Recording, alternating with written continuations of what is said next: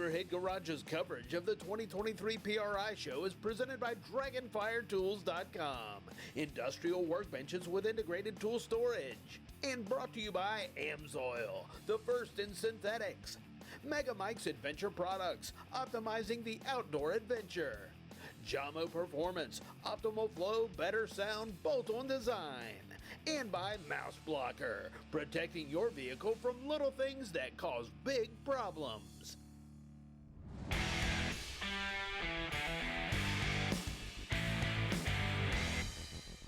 Len from AMSOIL, would you ever dream of building an engine and not putting any motor oil in it? Not unless I wanted to build two. Absolutely. Welcome to this AMSOIL Tech Tip. It's all about the assembly lube, and the best thing we can do is actually demo it for you.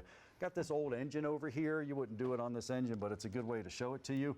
Here's a cam bearing right here. So Len, if you give me a little assembly lube, what we're doing is we're actually putting a coat of oil in between the bearing and the camshaft, because we don't want any dry starts. That's the bottom line, and that's going to do the job is right there.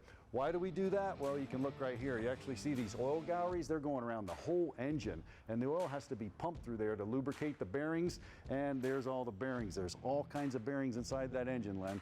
You got a phenomenal product to build an engine with. Tell me a little bit about it.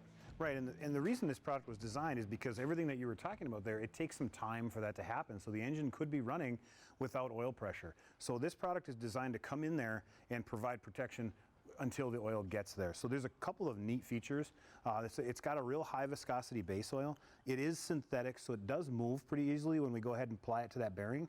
But there's also some tackifier in there that's going to help hold it in place. That's that sticky stuff where you get those strings between your fingers. Yeah, and you can see that. Now there's a fine line. It's not dripping off of there, which is a good thing, but you don't want it like glue either. Exactly. You want it to stay in place, but only until the engine, the pressurized oil gets there. Now, you guys have braking oil, kind of helps with that. Talk a little bit about the braking oil. Why do I want to add that, and what happens to the assembly lube after that?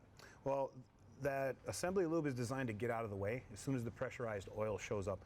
Our braking oil also heavily additized, designed specifically for engine break-in, so they're designed as a system to work together. Absolutely. So you want to use them both so your bearings don't end up looking like this. That's not a good deal. Make sure you use the assembly lube and the braking oil. Go to their website. Make sure you check out those products and so many more. We found our PaintedAutoParts.com Motorhead of the Week in the concourse at the PRI show, motorsports artist Ed Tilrock. Ed's work is impeccable. He says capturing the true essence of the sport is everything. I like to get the excitement, get the energy going on the car, and I take a lot of photographs, have a lot of reference, but I'm also a gearhead.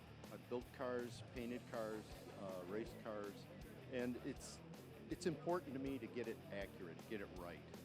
People know cars. They know what they look like. They know what wheels look like, and if they're not the right shape or the right perspective, they're going to spot it. So I like it to keep it real.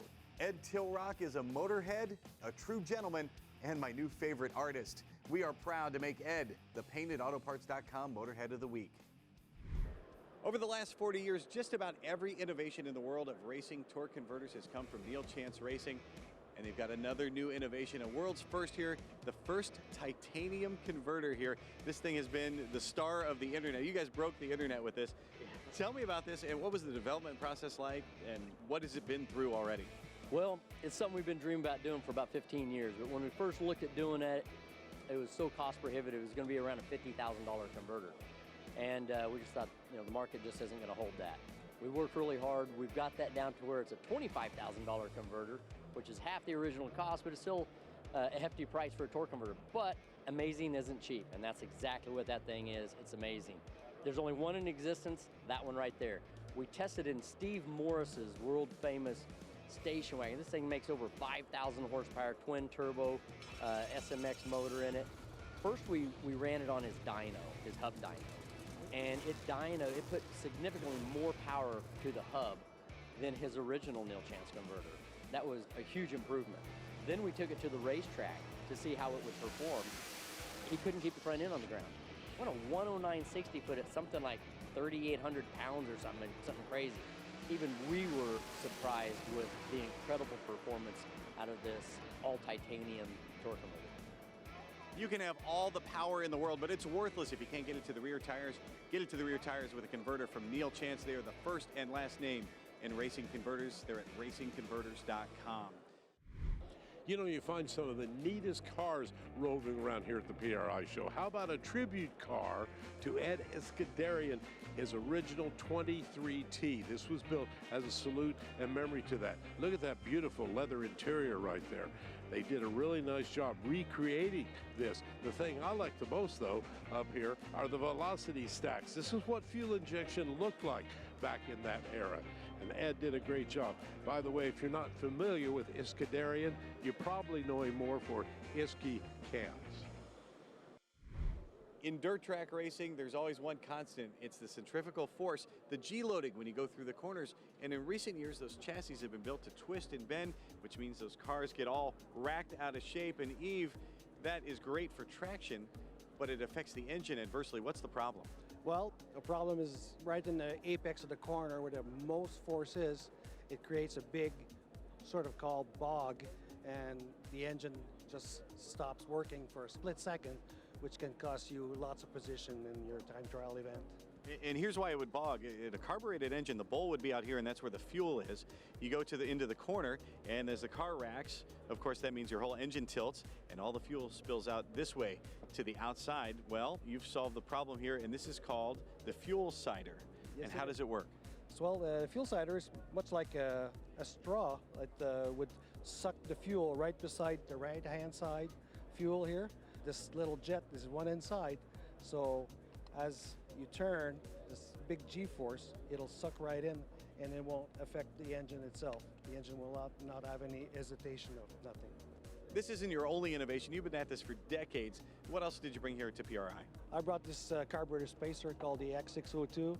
It's a very nice piece. It's made for 602 crates, which is very, very popular in the dirt track world, and it improves torque without losing any horsepower.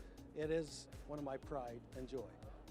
One position on the racetrack can cost you a fortune. Here are simple solutions at an affordable price. You can find them at La France Performance, and they're on Facebook. Well, that's the checkered flag, at least for this part of our visit to Indianapolis. Hey, we're taking next weekend off so you can enjoy New Year's Eve, but come back January 7th for even more coverage from the PRI show. Happy holidays and Happy New Year from all of us here at Motorhead Garage, presented by DragonFireTools.com. We'll see you next time.